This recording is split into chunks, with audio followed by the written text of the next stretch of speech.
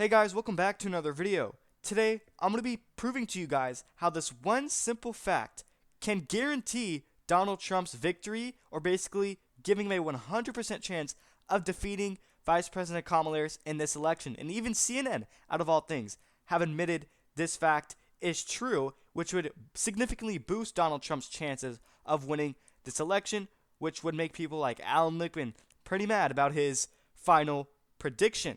But before we get started, make sure you guys are subscribed, click the bell so you don't miss out on my content, press the like button, share this video. Don't forget we have memberships. If you are interested, you can find a link to that in the description section. So, before we get on to that fact, the most accurate poll, the number one most accurate poll in the 2020 election out of all of them, released their final polling data. And we're going to be taking a look at them in just a bit. The numbers are on your screen right here. These were the most accurate in 2020. That's Atlas Intel, which is a A-rated pollster on 538. The fact that literally proves Donald Trump is more than likely going to win this election is very simple. So the simple fact that even CNN admitted is that on average in every single presidential election, the incumbent party that lost that election had a 25%, in terms of numbers, that the country is headed in the right direction. And as of right now, for, Kamala Harris, it's at 28%. Roughly right now, 28% of voters, according to CNN, say the country's headed in the wrong direction. And the number for the average incumbent party that loses is actually 25%. And on average, the incumbent party that wins the re-election, the number for is the country headed on the right direction is actually 42%.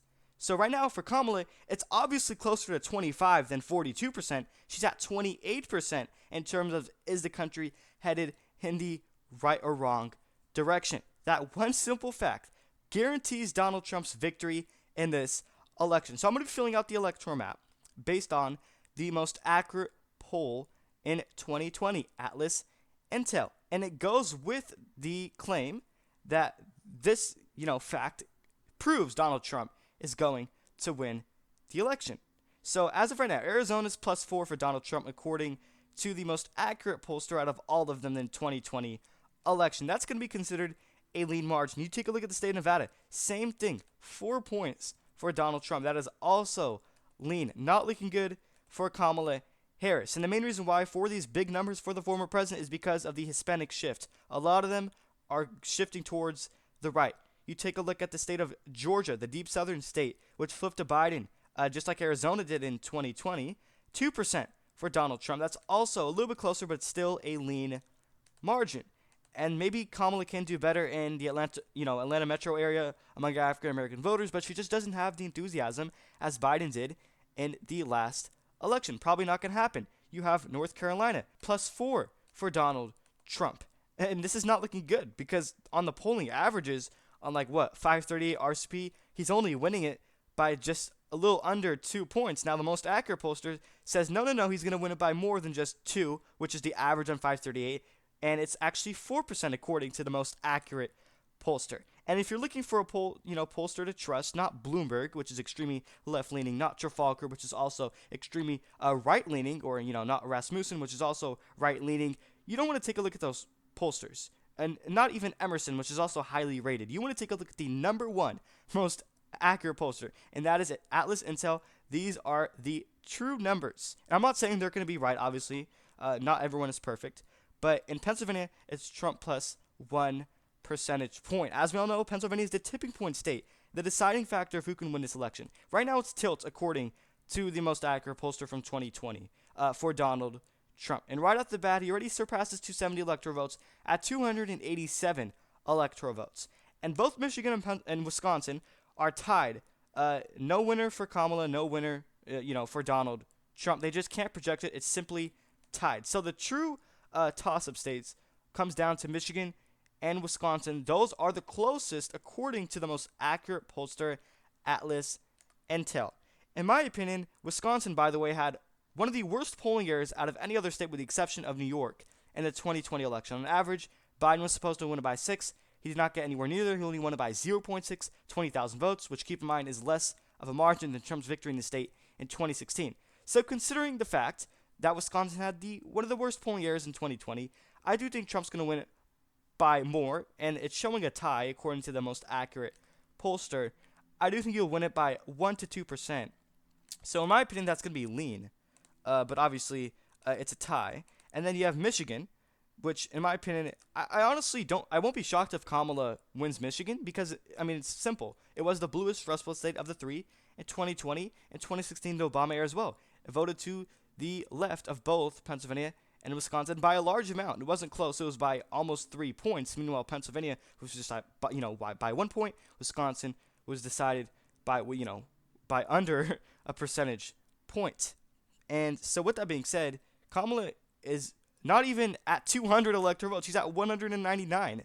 But then obviously you have these other states like Minnesota, which is going to be likely for Kamala Harris. You have the state, that's my opinion. Actually, according to the polls, it's actually closer to what I think it's going to be. So right now, according to the polls, Kamala's winning Minnesota by over 4 points. But in my opinion, she's winning it by 5, which is why I characterize it as likely. I just think Tim Walz, that impact, he's the governor here. He's on, I wouldn't say the VP, makes a difference, but still, it's his home state. And I think he can carry Kamala if she's going to benefit with the votes. And I also have New Hampshire likely for Kamala by, 5 points. It's because this state has a lot of college-educated voters. In general, it's shifting towards the left in favor of Democrats. You take a look at the early vote, it's actually not looking good for Kamala Harris, but still, yet again, not a lot of ballots have been cast. And I do think because Tim Walz has focused heavily on education as governor, I think that can correlate to a lot of voters. But yet again, there was actually a poll in the state of Maine conducted from just, I believe, college students, and literally Kamala Harris was losing by 10 points, which is not looking good for among Gen Z voters. So this is the map according to the most accurate pollsters from the most accurate number one in 2020. And then you have Virginia. In my opinion, it's lean for Kamala Harris. I think she wins it by probably 3% on election day. So 226 to 287. And then you have the two toss-up states. In my opinion, obviously, the three Rust Belt states never break apart. Historically speaking, they never split apart from each other. If one goes to one direction, the same will follow. Therefore, if Pennsylvania is ready for Trump, then Michigan would do the same. And Wisconsin would do the same as well. So 312 for Trump is actually not looking too far off. So there you guys go. Based on the one simple fact that even CNN admitted, Donald Trump is basically guaranteed to win. Yet again, let me repeat the fact that in every single presidential election, the incumbent party that loses, on average, they added 28% in terms of the number, saying that the country overall is headed in a right direction. And on average, for the incumbent party that won re-election, 42% said it was headed in the right direction. Right now, for Kamala, it's at 28%. So the number is closer, obviously, to 25, showing that she's probably going to lose the election. So there you guys go. That's pretty much it.